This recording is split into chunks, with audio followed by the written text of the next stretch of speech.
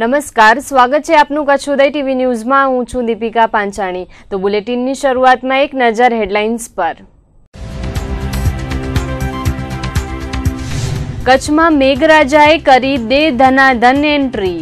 વાગડના રાપરમાં 8 inch વરસતા ઘરમાં ભરાયા પાણી। જિલ્લામાં સાર્વત્રિક હળવો ભારે થયો વરસાદ।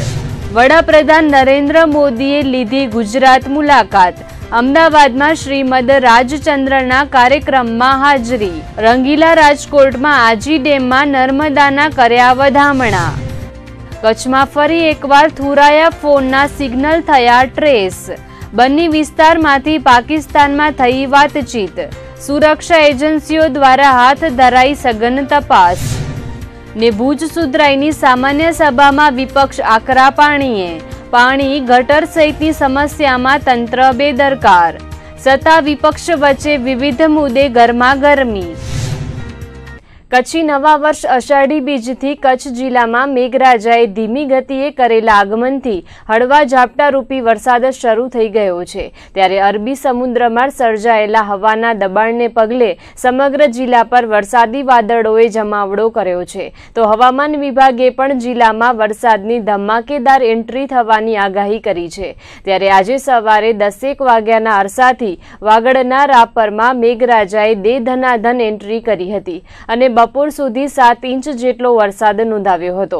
સવારે 10 થી 12 વચ્ચે રાપરમાં 95 mm એટલે કે 4 ઇંચ જેટલી મહેર વરસી હતી। તો 12 વાગ્યાથી 2 કલાક સુધી સતત વરસેલા મેહુલિયાએ વધુ 3 ઇંચની મહેર વરસાવી હતી। આમ રાપરમાં મેહુલિયાએ 7 ઇંચ જેટલું અનરાધાર પાણી વરસાવીને ખેડૂતો અને વાગડવાસીઓને ખુશખુશાલ કરી દીધા હતા। રાપરમાં 7 ઇંચ જેટલો વરસાદ વરસતા જળબંબાકાર જેવી સ્થિતિ સર્જાઈ હતી, જેના કારણે માર્ગો પર પાણી વહી નીકળ્યા હતા તેમજ નીચાણવાળા વિસ્તારોમાં પણ પાણી ભરાઈ ગયા હતા। નદીવાળાઓ પણ 2 કાંઠે વહેતા થયા હતા। રાપરમાં ભારે મેઘખાંગા થતા સુધરાઈની પ્રી મોન્સૂનની કામગીરીના ધજાગરા ઉડી ગયા હતા। પરિણામે શંકરવાડી, ગેલીવાડી, તિરુપતિનગર, પોલીસ લાઇન, મુખ્ય બજાર, મામલતદારના ક્વાર્ટર પાસે પાણી ભરાયા હતા। શંકરવાડીમાં 15 જેટલા મકાન, ગેલીવાડીમાં 30, તિરુપતિનગરમાં 12, કન્યા છાત્રાલય રોડ પર 10, પોલીસ લાઇન પાસે 15 જેટલા ઘરોમાં પાણી ભરાઈ જતા વ્યાપક નુકસાની થઈ હતી। ઘરોમાં પાણી ભરાતા મુશ્કેલીમાં મુકાયેલા લોકોએ ચીફ ઓફિસર મેહુલ જોધપુરા અને મામલતદાર HB વાઘેલાનો સંપર્ક કરતા તેમના ફોન સતત નો રિપ્લાય થયા હતા। તો પ્રસિદ્ધ તીર્થધામ નારાયણ સરોવર મધ્યે વહેલી સવારે 5:30 વાગ્યા બાદ મેઘરાજાએ ભારે ઝાપટા સાથે આગમન કર્યું હતું। તો અંજારથી રતનાલ માર્ગ પર પણ ઠેર ઠેર હળવાથી ભારે ઝાપટા વરસ્યા હતા। જ્યારે ઐતિહાસિક અંજાર શહેરમાં સવારથી જ અનુભવાઈ રહેલા ભારે ઉકળાટ બાદ બપોરે મેઘરાજાની એન્ટ્રી થતા શહેરીજનોમાં ખુશી ફેલાઈ ગઈ હતી। વરસાદને પગલે માર્ગો પર પાણી વહી નીકળ્યા હતા। મેઘરાજાએ હળવા ભારે ઝાપટા રૂપે કરેલા આગમનથી અંજાર શહેર ઉપરાંત ગ્રામ્ય વિસ્તારોમાં ઠંડક પ્રસરી ગઈ હતી। તો આદિપુર, ગાંધીધામમાં પણ મેઘરાજાએ ધોધમાર વરસીને પાણી કરી નાખ્યું હતું। વરસાદને પગલે નીચાણવાળા વિસ્તારોમાં પાણી ભરાયા હતા। તો માર્ગો પર પાણી ફરી વળતા ખાબોચિયાઓ છલકાયા હતા। બંદરીય માંડવી શહેર તેમજ તાલુકાના ગ્રામ્ય વિસ્તારોમાં પણ વરસાદે ઝાપટારૂપી એન્ટ્રી કરી હતી। માંડવીમાં વરસાદને પગલે લોકોમાં ખુશીની લાગણી જોવા મળી હતી। તો માંડવી તાલુકાના ગઢશીશા પંથકમાં પણ સારો એવો વરસાદ ખાબક્યો હતો। જ્યારે જિલ્લા મથક ભુજમાં બપોરે ઝાપટારૂપી વરસાદ નોંધાયો હતો। ભુજ શહેરના કેટલાક વિસ્તારોમાં ઝાપટા વરસ્યા હતા, તો કેટલાક વિસ્તારો સાવ કોરા રહી ગયા હતા। તો ભુજ તાલુકાના માધાપર, મિર્જાપર, સુખપર, માનકુવા, સામત્રા, દેશલપર સહિતના પટ્ટામાં વરસાદ થયાના અહેવાલો પ્રાપ્ત થયા હતા। જ્યારે મુન્દ્રામાં બપોર બાદ મેઘરાજાએ ધમાકેદાર એન્ટ્રી કરી હતી। મુન્દ્રા શહેર ઉપરાંત બારોઈ, ભુજપુર સહિતના પંથકોમાં મેઘરાજાએ ભારે ઝાપટા સાથે મેઘમહેર વરસાવી હતી। જ્યારે અબડાસાના કોઠારા તેમજ વાયોર પંથકમાં મેઘરાજાએ પોતાની હાજરી નોંધાવી હતી। આમ જિલ્લામાં સર્વત્ર મેઘરાજાએ ઓછો વધુ વરસાદ વરસાવીને પોતાની હાજરી પુરાવી હતી। કચ્છમાં મેઘરાજાએ વિધિવત રીતે પોતાના મંડાણ કરી દીધા છે ત્યારે આજે જિલ્લામાં સર્વત્ર મેઘમહેર જોવા મળી હતી। ત્યારે જિલ્લાના કંટ્રોલ રૂમમાં નોંધાયેલી આંકડાકીય માહિતી પર કરીએ એક નજર।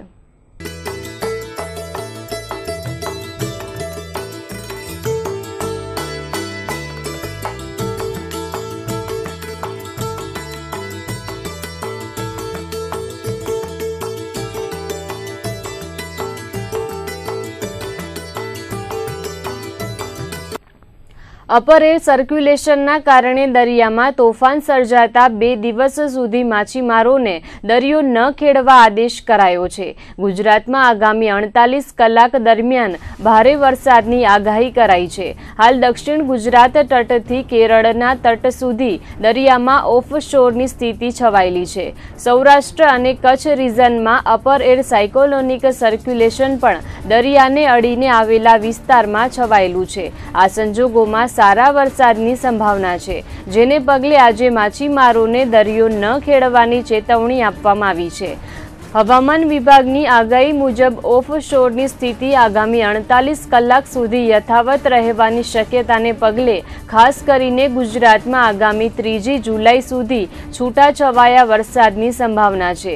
તેમજ 50 થી 60 કિલોમીટરની ઝડપે પવન સાથે દરિયો તોફાની બનવાની શક્યતા છે, જેને પગલે કચ્છના 3 બંદર પર 3 નંબરનું સિગ્નલ લગાડવામાં આવ્યું છે, જેમાં કંડલા, મુન્દ્રા અને માંડવી પોર્ટનો સમાવેશ થાય છે। સૌની યોજના અંતર્ગત રાજકોટના આજી ડેમમાં નર્મદાના નીરને વધાવવા માટે વડાપ્રધાન નરેન્દ્ર મોદી ગુજરાતની 2 દિવસીય મુલાકાતે આવી પહોંચ્યા હતા। સવારે અમદાવાદ એરપોર્ટ પર પીએમ મોદીનું રાજ્યપાલ ઓપી કોહલી, મુખ્યપ્રધાન વિજયભાઈ રૂપાણી સહિતના મહાનુભાવોએ ઉમળકાભેર સ્વાગત કર્યું હતું। અમદાવાદમાં વડાપ્રધાન મોદીનો પ્રથમ કાર્યક્રમ સાબરમતી આશ્રમમાં યોજાયો હતો। પીએમ નરેન્દ્ર મોદીએ ગાંધી આશ્રમમાં મહાત્મા ગાંધીના આધ્યાત્મિક ગુરુ શ્રીમદ રાજચંદ્રની 150મી જન્મજયંતિના વર્ષ નિમિત્તે પોસ્ટલ સ્ટેમ્પ અને તેમની છબી ધરાવતા ₹150ના સિક્કાનું લોકાર્પણ કર્યું હતું। આ પહેલા તેમણે મહાત્મા ગાંધીની કુટીરના દર્શન કર્યા હતા। ગાંધી આશ્રમ ખાતે વડાપ્રધાન નરેન્દ્ર મોદીએ ચરખો કાંત્યો હતો, જ્યારે વૃક્ષારોપણ કરીને પર્યાવરણના જતન માટેનો સંદેશ પાઠવ્યો હતો। સાથે જ અહીંની વિઝિટર બુકમાં તેમણે નમો નર્મદા સુખી સર્વદા લખીને સંદેશ પાઠવ્યો હતો। આ અવસરે મુખ્યપ્રધાન વિજય રૂપાણીએ ગાંધી જીવન મૂલ્યોને યાદ કરતા જણાવ્યું હતું કે મહાત્મા ગાંધીના વિચારોને વડાપ્રધાન નરેન્દ્ર મોદી ચરિતાર્થ કરી રહ્યા છે। દેશના છેવાડાના લોકો માટે એક પ્રધાનમંત્રી તરીકે નરેન્દ્રભાઈ મોદીએ દરેકની ચિંતા કરી છે। રાષ્ટ્રના ઉત્થાન માટે તેમના દ્વારા અનેક મહત્વના નિર્ણયો લેવાયા છે। તો વડાપ્રધાન નરેન્દ્ર મોદીએ માદરે વતન આવીને ગાંધી આશ્રમ ખાતે ભાવુક થઈને પોતાની વાત લોકો સમક્ષ મૂકી હતી, જેમાં મહાત્મા ગાંધી, તેમના આધ્યાત્મિક ગુરુ શ્રીમદ રાજચંદ્ર તેમજ વિનોબા ભાવે સહિતની વિભૂતિઓને યાદ કરીને તેમના જીવનમાંથી પ્રેરણા લેવા અપીલ કરી હતી। जरूरत पड़ने पर पूज्य बापू का नाम लेना, ये तो हमने बहुत सालों से देखा है।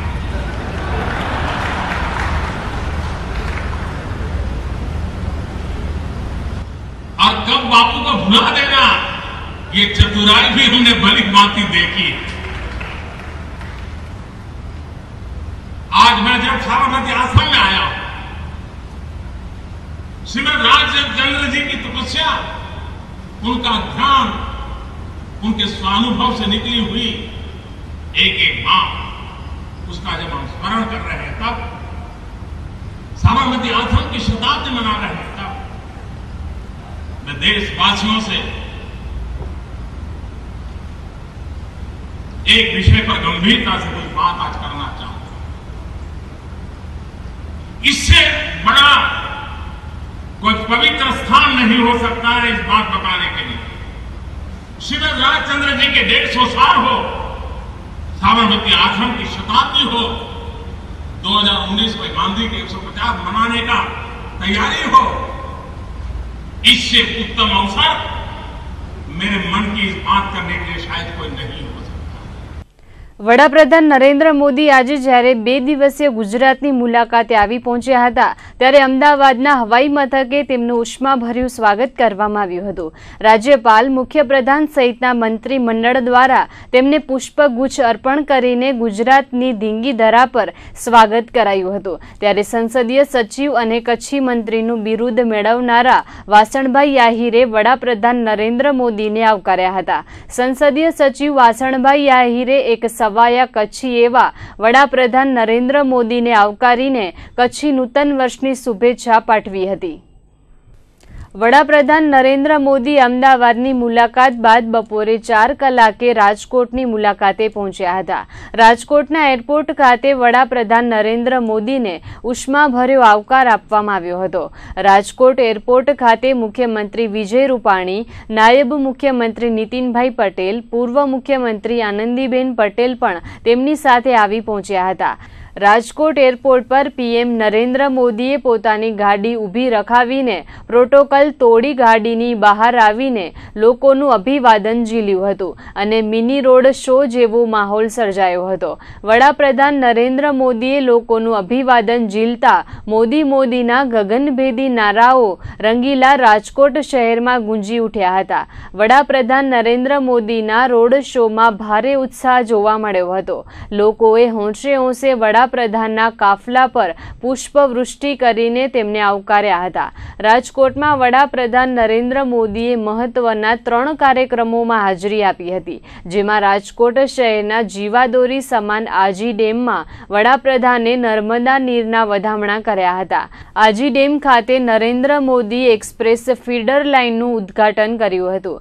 રાજકોટના મહત્વના એવા આજી ડેમમાં હંમેશને માટે હવે નર્મદા નીર લહેરાશે, ત્યારે રાજકોટ શહેરની પીવાના પાણી ઉપરાંત સિંચાઈ માટેના પાણીની સમસ્યા પણ નિવારી શકાશે।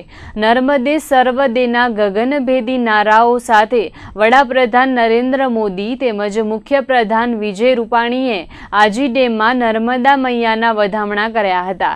તો રાજકોટમાં વડાપ્રધાનનો 9 કિલોમીટર લાંબો રોડ શો પણ યોજાયો હતો। વડાપ્રધાન બન્યા બાદ નરેન્દ્ર મોદી પ્રથમવાર રાજકોટની મુલાકાતે આવતા રંગીલા રાજકોટ શહેરને નવોઢાની માફક શણગારવામાં આવ્યું હતું, જે નિહાળીને તેમજ લોકોનો ઉત્સાહ જોઈને વડાપ્રધાનને જનતા જનાર્દનનો ઋણ સ્વીકાર કર્યો હતો। આ ઉપરાંત નરેન્દ્ર મોદીએ દિવ્યાંગ બાળકોને સામગ્રી અને સહાય અર્પણ કરી હતી। પોતાના સંબોધનમાં પણ તેમણે સૌની યોજનાને મહત્વાકાંક્ષી યોજના ગણાવી હતી અને સૌરાષ્ટ્રમાં હવે પાણીના પોકારને દેશવટો મળશે તેવું તેમણે ભારપૂર્વક ઉમેર્યું હતું। પણ ખબર હતી કે એકવાર ગુજરાતના ખૂણે ખૂણે પાણી પહોંચી જાય, સૌરાષ્ટ્રના ખૂણે ખૂણે પાણી પહોંચી જાય, કચ્છના ખૂણે ખૂણે પાણી પહોંચી જાય તો એ ધરતી પોતે જ દુનિયાભરથી રૂપિયા ખેંચી લાવશે। ગુજરાતમાં વિકાસનો દોર નવી ઊંચાઈઓ પર પહોંચી જશે, આનો પૂરો ખબર હતી। મારે કચ્છના ખેડૂતોનો વિશેષ આભાર માનવો છે કે જ્યારે હું મુખ્યમંત્રી હતો કચ્છના ખેડૂતોને મેં સમજાવ્યા, એમણે મારી વાત માથે ચડાવી અને આખું કચ્છ ટપક સિંચાઈ તરફ લઈ ગયા, બનાસકાંઠા આખું ટપક સિંચાઈ ઉપર લઈ ગયા, માઇક્રો ઇરિગેશન પર લઈ ગયા અને એણે આખી ખેતીની શકલ સુરત બદલી નાખી છે। ભાઈઓ બહેનો, ખેતરે ખેતરે ટપક સિંચાઈથી પાણી પહોંચાડવું, આપણા પાક ટપક સિંચાઈથી લઈ શકાય, સ્પ્રિંકલરથી લઈ શકાય, ઓછા પાણીથી વધુ ઉત્પાદન કરી શકાય, એ હવે વિજ્ઞાન માટે કોઈ નવી ચીજ નથી। અને હું તો રાજકોટનો એન્જિનિયરિંગ ઉદ્યોગ આટલો તાકાતવર છે, એમને આગ્રહ કરીશ કે ખેડૂતો માટે ટપક સિંચાઈ, નર્મદાનું પાણી ટીપે ટીપું ઉત્તમ રીતે કેવી રીતે ઉપયોગમાં આવે, એના માટેના સરળ ઉપયોગમાં આવે, સસ્તાઈથી કામ આવે એવા સાધનો બનાવવાની એક સ્પર્ધા ગોઠવવી જોઈએ। ये मेरे दिव्यांगजन देश पे करोड़ों की तादाद में दिव्यांगजन है और दुर्भाग्य से अधिकतम मात्रा में जिस परिवार में ये संतान जन्म लेता है, ज्यादातर उस परिवार के जिम्मे ही उसका लालन पालन होता है। मैंने ऐसे कई परिवार देखे हैं, मैंने कई ऐसी माताएं देखी हैं, 25 साल, 27 साल, 30 साल की उम्र है, जीवन के सारे सपने बाकी है, शादी के बाद पहला संतान हुआ और वो भी दिव्यांग हुआ, और मैंने देखा है कि उस पति पत्नी ने, उन मां बाप ने अपने जीवन के सारे सपने उस बालक को न्यौछावर कर देते हैं। जीवन में यही की सपना रहता है कि परिवार में पैदा हुआ ये दिव्यांगजन, ईश्वर ने हमें दायित्व दिया है और इस दायित्व को ईश्वर भक्ति की तरह हमें निभाना है। ऐसे लाखों परिवार हमारे देश में।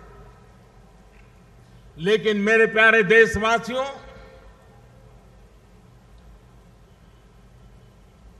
ईश्वर ने शायद एक परिवार पसंद किया होगा, उसके घर में किसी दिव्यांग जन का आगमन हुआ होगा। परमात्मा को शायद भरोसा होगा कि यही परिवार है, उसकी संवेदनशीलता है, उसके संस्कार हैं, वही शायद इस दिव्यांग बच्चे को पालन करेगा। इसलिए शायद परमात्मा ने उस परिवार को पसंद किया होगा। लेकिन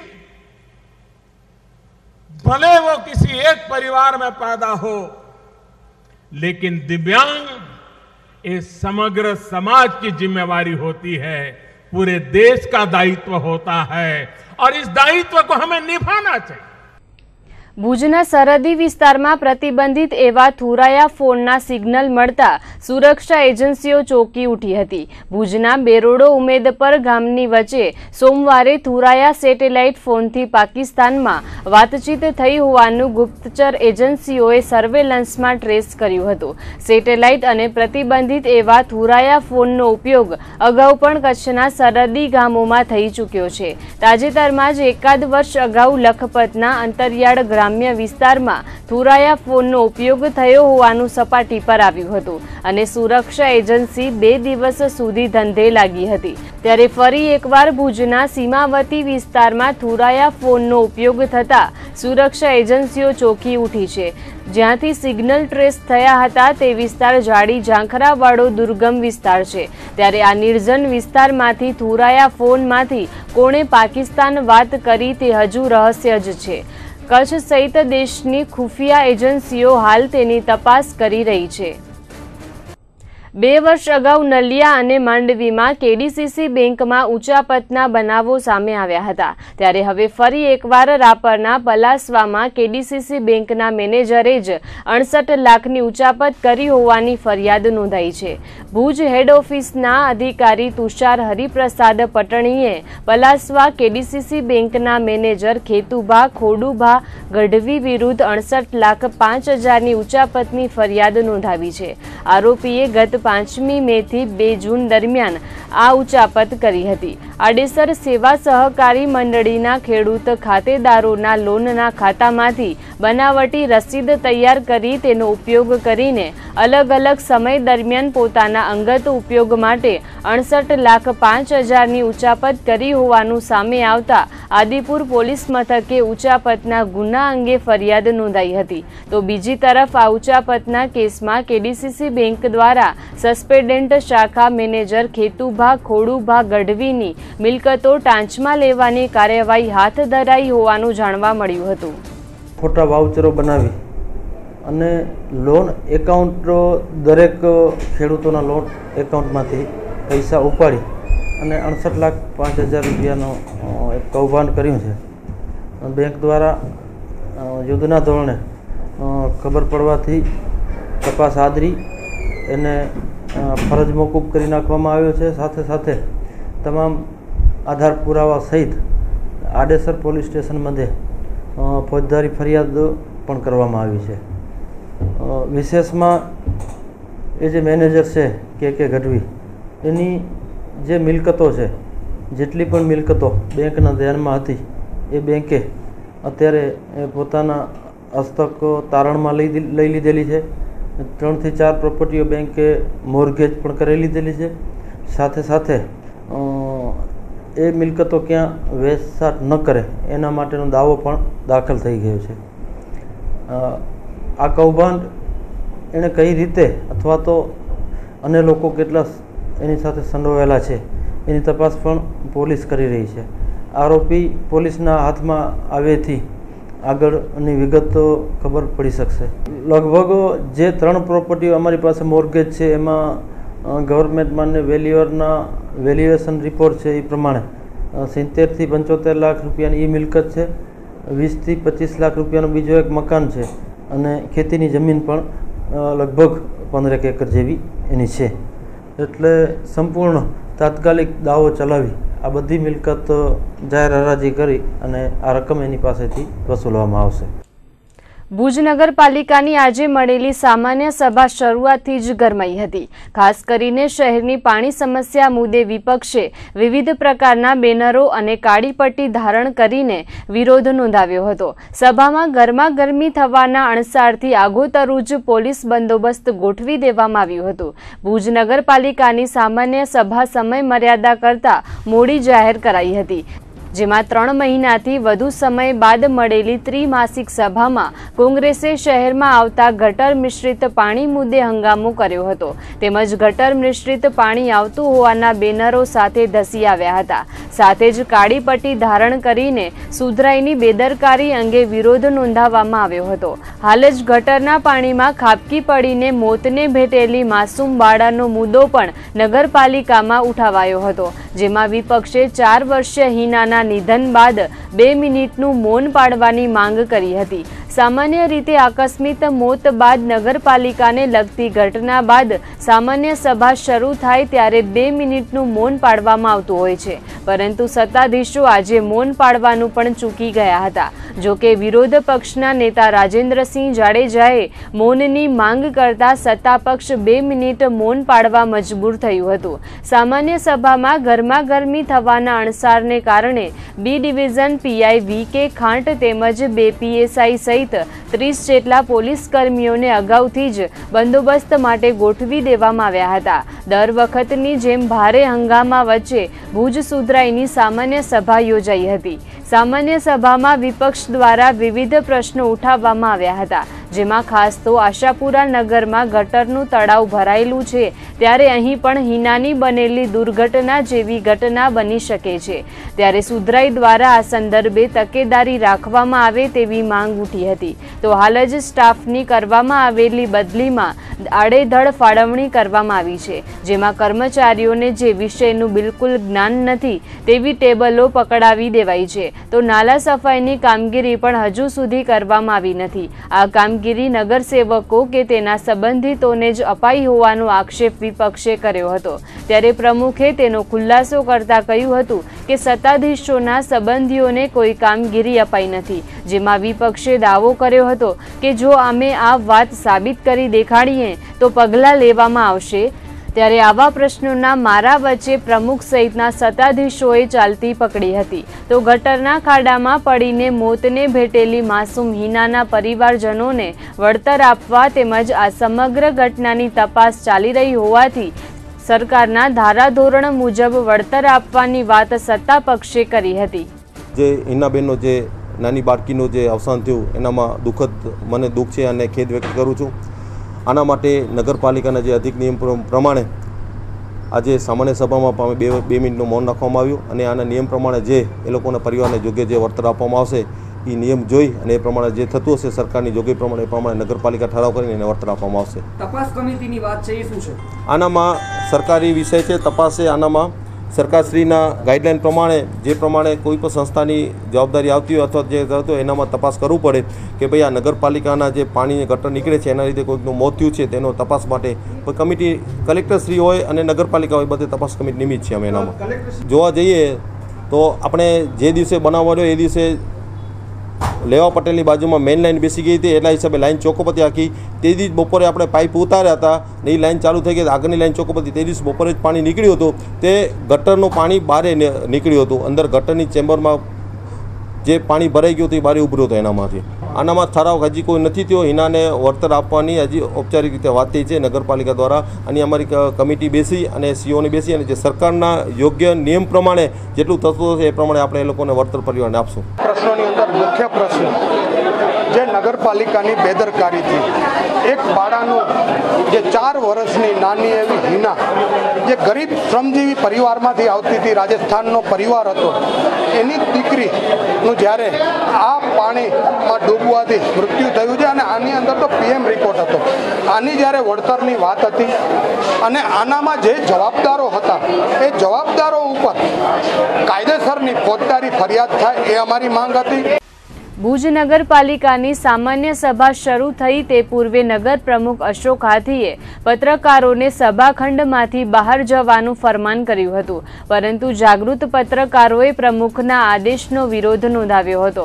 ત્યારે વિપક્ષે પણ પત્રકારોની વાતમાં સમર્થન કરીને જણાવ્યું હતું કે જો પત્રકારોને સભામાંથી બહાર કાઢવામાં આવશે તો અમારી રજૂઆતો લોકો સુધી કઈ રીતે પહોંચશે. જો પત્રકારોને સભામાંથી બહાર કાઢવામાં આવે તો પોલીસને પણ સભામાંથી બહાર કાઢવામાં આવે તેવી માંગ વિપક્ષી નેતા રાજેન્દ્રસિંહ જાડેજાએ કરી હતી. તેવામાં પ્રમુખના આ તગલખી ફરમાનનું સુરસુર્યું થઈ ગયું હતું. તો બીજી તરફ આ બબાલ પૂર્ણ થયા બાદ નગરપતિ અશોક હાથીએ સામાન્ય સભામાં ચૂંટાયેલા પ્રતિનિધિઓ સિવાયના અન્ય લોકોને બહાર જવા ફરમાન કર્યું હતું, પરંતુ તે ફરમાનનું પણ સુરસુર્યું થયું હતું અને ચૂંટાયેલા પ્રતિનિધિઓ સિવાયના લોકો પણ સભામાંથી બહાર નીકળ્યા ન હતા અને સત્તા પક્ષને પત્રકારો તેમજ સામાન્ય જનતાની વચ્ચે જ સામાન્ય સભા શરૂ કરવી પડી હતી. સામાન્ય સભા પૂર્ણ થયા બાદ પત્રકારો સાથે વાત કરતા નગરપતિ અશોક હાથીએ પોતાના નિવેદનો તોડી મરોડીને રજૂ કર્યા હતા અને પત્રકારોને બહાર જવાનું નહીં પણ મારી ચેમ્બરમાં બેસવા માટે જણાવ્યું હતું.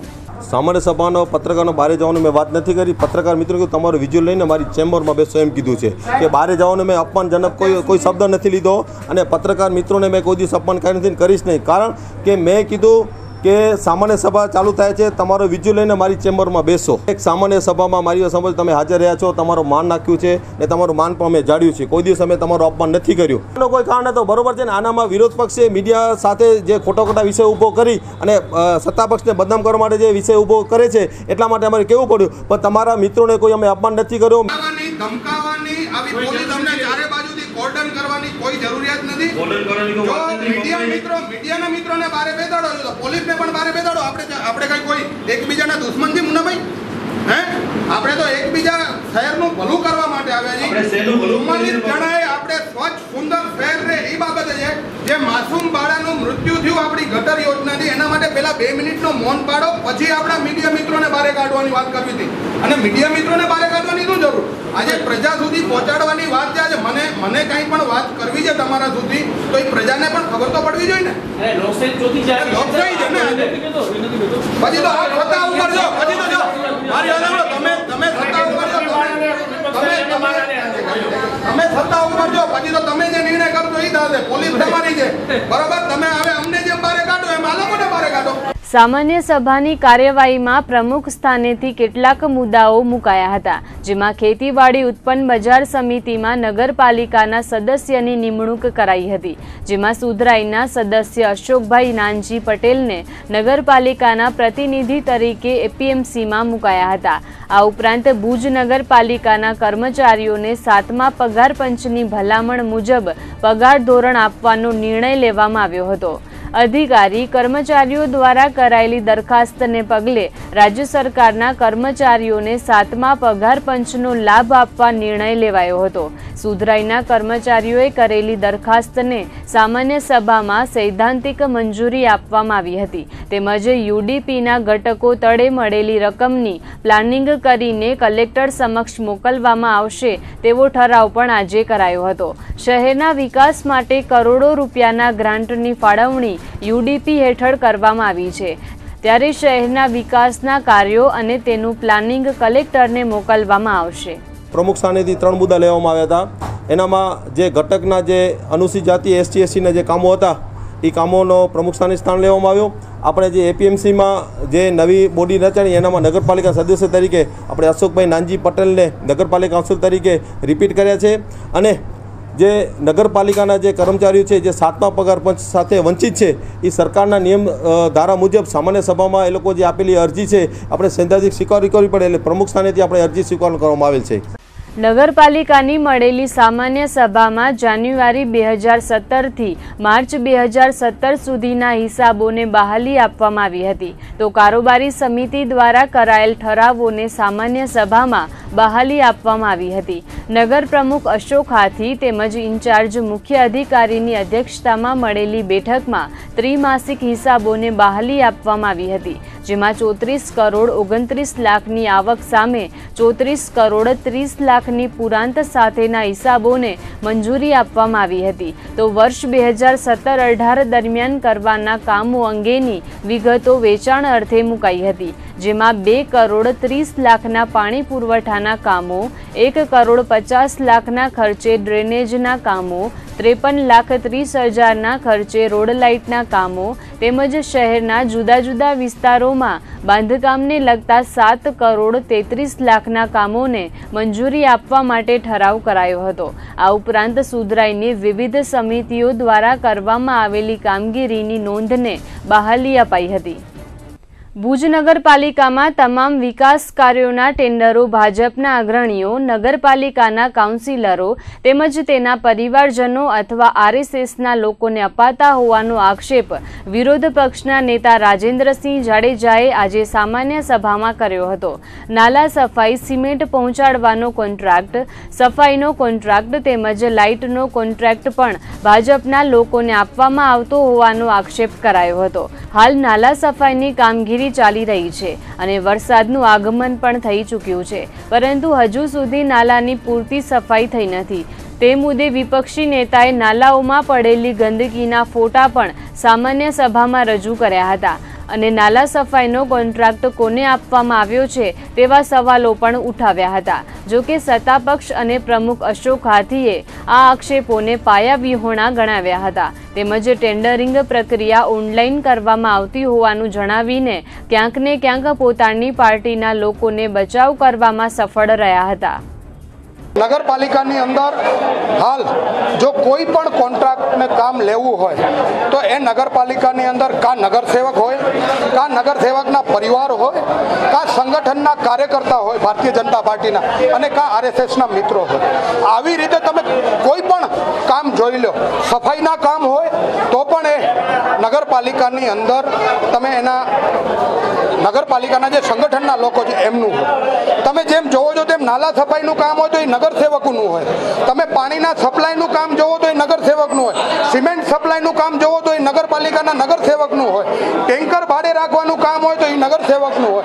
આવા કેટલા બધા કામો પાણીની અંદર હમણાં જે વાર્ષિક ભાવો દેવાના છે એ પહેલા સંગઠન પાસે હતા અને સંગઠન પાસેથી હવે એ નગરસેવક પાસે આવે છે.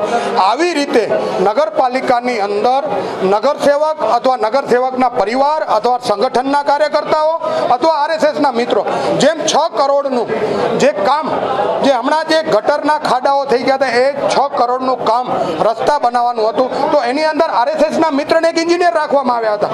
અરે આવી રીતે કોઈ 5% આપીને નગરપાલિકાના રસ્તામાં કોઈ બ્યુટિફિકેશનનું કામ હોય છે ખરું? ભુજ નગરપાલિકાની આજે મળેલી સામાન્ય સભામાં નગરપાલિકાના સફાઈ કામદારો પણ ઉપસ્થિત રહ્યા હતા. નગરપાલિકાના સફાઈ કામદારોને છેલ્લા 3 માસથી પગાર ન મળતા હાલત કફોડી બની છે. અગાઉ પણ 3 માસનો પગાર ન ચૂકવતા સફાઈ કામદારોએ હડતાલ કરી હતી અને ત્યારબાદ અનેક કામદારોને છૂટા કરી દેવાયા હતા. કામદારોના વિરોધ પ્રદર્શન બાદ 1 માસનો પગાર ભુજ નગરપાલિકાએ ચૂકવી આપ્યો હતો, પરંતુ ત્યારે પણ 2 માસનો પગાર બાકી રાખવામાં આવ્યો હતો. પરંતુ ત્યારબાદ હવે પરિસ્થિતિ એ જ આવીને ઊભી રહી છે. ફરીથી 3 માસનો પગાર ન ચૂકવાતા કામદારોએ આજે વિપક્ષી નેતા રાજેન્દ્રસિંહ જાડેજાને રજૂઆત કરી હતી. સાથે જ પ્રમુખને પણ પગાર મેળવવા માંગ કરી હતી. સફાઈ કામદારોનું માનીએ તો નગરપાલિકાના પ્રમુખ અશોક હાથી અવારનવાર સાહેબ ન હોવાનું બહાનું આપી દે છે. સાહેબ આવશે ત્યારે પગાર મળી જશે, પરંતુ તેને પણ 10 થી 15 દિવસનો સમય વીતી ગયો છે. તેમ છતાં પણ નગરપાલિકાના કર્મચારીઓને પગાર મળ્યો નથી. આજની સામાન્ય સભામાં નગરપાલિકાના અન્ય કર્મચારીઓને 7મા પગાર પંચનો લાભ આપવા માટેની સૈદ્ધાંતિક મંજૂરી આપી દેવામાં આવી છે. ત્યારે રોજંદાર તરીકે કામ કરતા સફાઈ કામદારોને છેલ્લા 3 માસનો પગાર ચૂકવાયો નથી. હાલ પણ ભુજ નગરપાલિકાના ચીફ ઓફિસર G.K. ચંડપ્પા રજા પર છે. સૂત્રોનું માનીએ તો તેમના પરિવારમાં મોતનો બનાવ બન્યો હોવાથી ચીફ ઓફિસર રજામાં છે અને હાલ ગાંધીધામના ચીફ ઓફિસરને ભુજના ચીફ ઓફિસરનો ચાર્જ સોંપવામાં આવ્યો છે. તો નગરપાલિકાના પ્રમુખ અશોક હાથીએ જણાવ્યું હતું કે ટૂંક સમયમાં તમામ કામદારોનો પગાર ચૂકવી આપવામાં આવશે, પરંતુ 3 માસથી પગાર ન મળતા સફાઈ કામદારો હાલ આર્થિક સંકળામણ અનુભવી રહ્યા છે. 3 મહિનાથી પગાર નથી મળ્યો, એટલે અમે અહીંયા આવ્યા છીએ નગરપાલિકામાં પૂછા કરવા કે શું કામ અમને પગાર નથી દેતા. તમે 3 મહિના તડી ગયા છે. તો એ કહે છે કે સાહેબ નથી, સાહેબના સાસરો ગુજરી ગયા છે, કંઈક કે સાસુ ગુજરી ગયા છે, કંઈક સાલ ગુજરી ગયા છે. અમને બાના જ દે છે ખાલી. શું એનું કારણ છે એ એને ખબર. હવે અમને પગાર જોઈએ. અમે દુકાનવાળા ઊભવા નથી દેતા. એક તો અમને લાઇટ બિલ ભરવા, પાણીના પૈસા ભરવા, એક તો મકાનના ભાડા ભરવા, ભાડે રહીએ છીએ તો બધી સમસ્યા છે. તો હવે કેમ હાલ થાય એનો નિકાલ ખપે અમને. એ નગરપાલિકાવાળા અમને 3 મહિનાનો પગાર દે ને અમને પછી કામે અમે જશું ત્યાં સુધી નહીં જઈશું. ભુજ શહેરના વિકાસની સાથે દબાણના બનાવોમાં પણ વધારો થયો છે. શહેરના પોઝ વિસ્તારમાં દબાણ થયાના અનેક બનાવો પ્રકાશમાં આવી ચૂક્યા છે. ત્યારે ભુજની લોટસ કોલોનીમાં બાંધકામ ગેરકાયદેસર થતું હોવાનું બહાર આવ્યું છે. અહીં કોમર્શિયલ બાંધકામ કરવામાં આવી રહ્યું છે. ભાડાની મંજૂરી મુજબ કામગીરી ન થતી હોવાનો આક્ષેપ સ્થાનિકો કરી રહ્યા છે. તેમજ બાંધકામ કરનાર પાર્ટી પાસે અંડરગ્રાઉન્ડ બાંધકામ કરવાની મંજૂરી ન હોવા છતાં પણ બાંધકામ કરવામાં આવી રહ્યું છે. ત્યારે આ બાંધકામ જ્યાં થઈ રહ્યું છે ત્યાં જ તેને અડીને એક ઇમારત આવેલી છે, જેથી સ્થાનિકોમાં પણ ભયનો માહોલ છવાઈ ગયો છે. વરસાદમાં અંડરગ્રાઉન્ડ બાંધકામમાં પાણી ભરાશે તો બિલ્ડિંગના પાયાને અસર પહોંચશે, જેથી બિલ્ડિંગ ધરાશાયી થઈ શકે તેવી પરિસ્થિતિનું નિર્માણ થઈ શકે છે. આ અંગે સ્થાનિક લોકોએ કલેક્ટરને મળીને અનેકવાર રજૂઆત કરી ચૂક્યા છે અને કલેક્ટરે આ અંગે ભાડાને તપાસ માટે આદેશ કર્યો હતો. ભાડાના એન્જિનિયરોએ બાંધકામનો સર્વે કર્યા બાદ બાંધકામ ધારાધોરણ મુજબ ન થતું હોવાનું સામે આવ્યું હતું અને પ્રથમ નોટિસ ફટકારવામાં આવી હતી, પરંતુ કોમર્શિયલ બાંધકામ કરનાર પાર્ટીને કોઈ પણ જાતનો ફેર પડ્યો નથી, જેના કારણે ભાડાએ વધુ એકવાર નોટિસ ફટકારીને 7 દિવસમાં બાંધકામ ધારાધોરણ મુજબ કરવા નોટિસ ફટકારી છે. ત્યારે જોવું રહ્યું કે ભાડાની નોટિસથી બાંધકામમાં ફેરફાર થાય છે કે કેમ. 60 મીટર ટોટલ 148 સ્ક્વેર મીટરની બાંધકામની મંજૂરી મેળવેલ છે અને ટોટલ 250 સ્ક્વેર મીટરની મંજૂરી મેળવેલ છે. આ મંજૂરીમાં ગ્રાઉન્ડ ફ્લોરનો 18.33 એટલે કે 2 પ્લોટનું ટોટલ 36.44 મીટરનું મંજૂરી ગ્રાઉન્ડ ફ્લોરની મળેલી છે. એના માલિકે આ બાંધકામ 90 મીટર જેટલું કરેલ છે. બાજુમાં અમારી મોટી 5 માળની બિલ્ડિંગ આવી છે. બિલ્ડિંગ G5માં છે, એટલે G4માં છે સોરી. અને એના જે બાંધકામ જે અંડરગ્રાઉન્ડ થવાને કારણે ચોમાસાની ઋતુમાં વરસાદનું પાણી જો એમને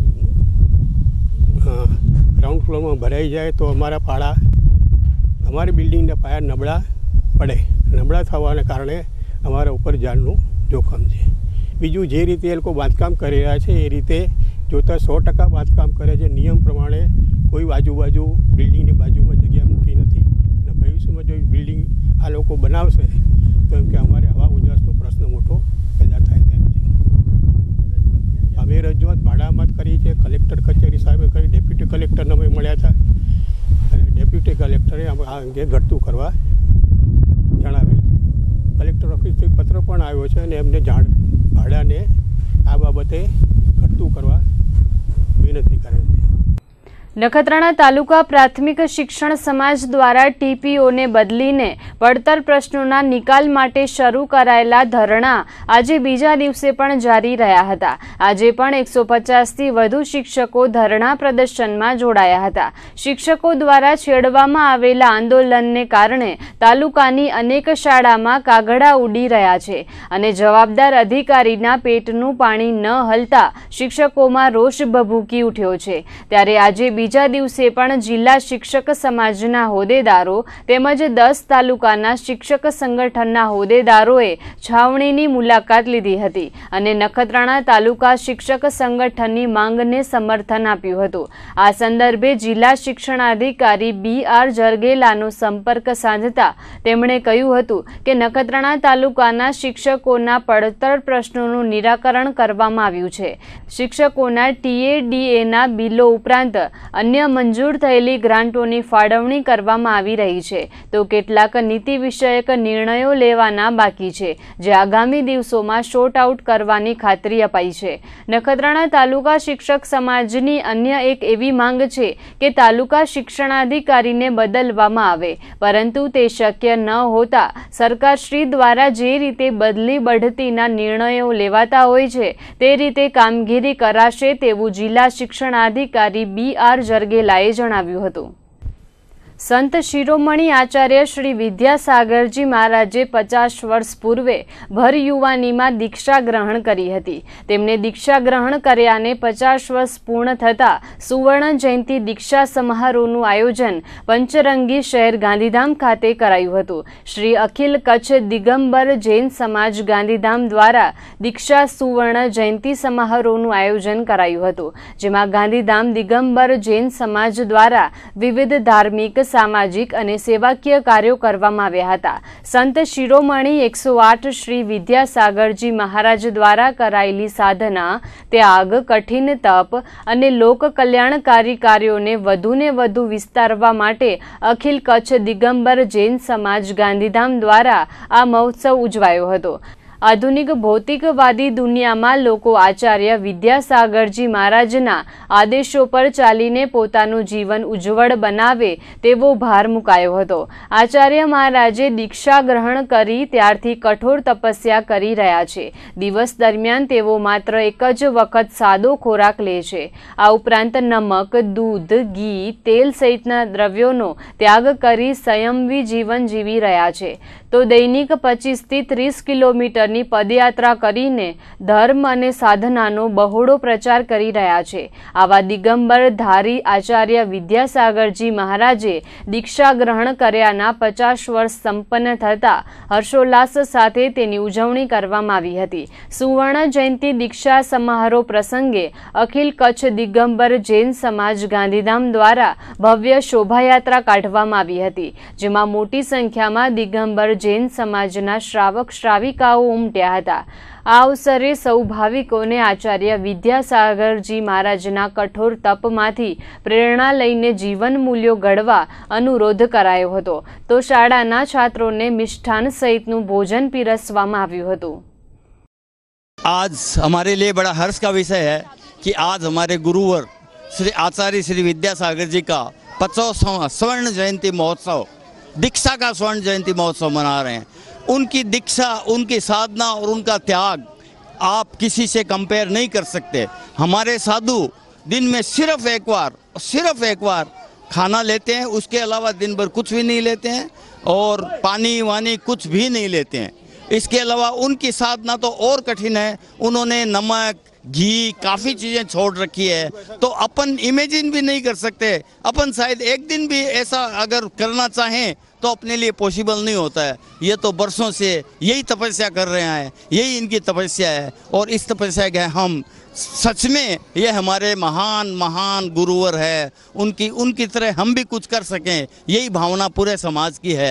आज का हमारा मेन महोत्सव वही है, हमारे आचार्य श्री विद्यासागर जी महाराज की 50वीं स्वर्ण जयंती दीक्षा समारोह है उसको हम बड़े धूमधाम से मना रहे हैं। उसी उपलक्ष्य में ये सारा कार्यक्रम है। इंडिया में, वर्ल्ड वाइड, इंडिया में तो पूरे जोर शोर से सब जगह मनाया जा रहा है, और वर्ल्ड में भी जहाँ जहाँ जैन, दिगंबर जैन्स हैं, उन्होंने खूब धूमधाम से इस महोत्सव को मनाया है। और उम्मीद करते हैं कि हमारे ये गुरु 100 साल तक रहें और हम उनका आशीर्वाद प्राप्त करते रहें। उनके जीवन की चर्या आप सुनेंगे तो सुनते रह जाएंगे। दिन भर में सिर्फ 2 घंटे सोना, 24 घंटे में। उसके अलावा 50 साल से नमक, पानी, तेल, घी, दूध, शक्कर सबका त्याग, सिर्फ दाल और रोटी से अपना जीवन चलाते हैं। 72 साल की उम्र में आज भी उनके चश्मा नहीं है। वो आज भी 30 किलोमीटर रोज पैदल चलते हैं, जहाँ भी विहार करते हैं। उनके विहार की चर्या, उनके देखने की चर्या, बड़े बड़े नेता, अटल जी क्या, नरेंद्र मोदी क्या, सुषमा स्वराज क्या, सुमित्रा महाजन क्या, रमन सिंह क्या, सारे शिवराज सिंह चौहान क्या, सब उनके चरणों में रहते हैं। पर आचार्य श्री को उनसे कोई लेना देना नहीं। वो आके कहते हैं, आचार्य श्री हमको कोई काम बताओ। आचार्य श्री कहते हैं, मुझे कोई काम नहीं, मुझे मेरे आत्मा का कल्याण करना है। और उनकी आत्मा के कल्याण के साथ संसार का भी वो कल्याण करें। उन्होंने प्रतिभा स्थली खोली, जहाँ पे 4000 बच्चियाँ आज भी इतने बढ़िया तरीके से पढ़ रही है, हिंदी संस्कृति के हिसाब से पढ़ रही है, जो आज के भौतिकवादी युग में ऐसा कभी नहीं हो सकता। उन्होंने गायों के लिए 25,000 गायें उनके संरक्षण में चल रही है आज देश भर के अंदर। उन्होंने अनेक काम, हथकरघा का भी काम चालू किया। 1 करोड़ रुपए की तनख्वाह अमेरिका से छोड़ के बच्चे 18, 20 साल के, उनसे ब्रह्मचर्य के व्रत लेके उनके साथ कार्य कर रहे हैं। उनकी साधना का असीम है। आज के वो महावीर है। तो આજના બુલેટિનમાં બસ આટલું જ। ફરીથી મળીશું આવતીકાલે। ત્યાં સુધી અમને રજા આપશો। નમસ્કાર।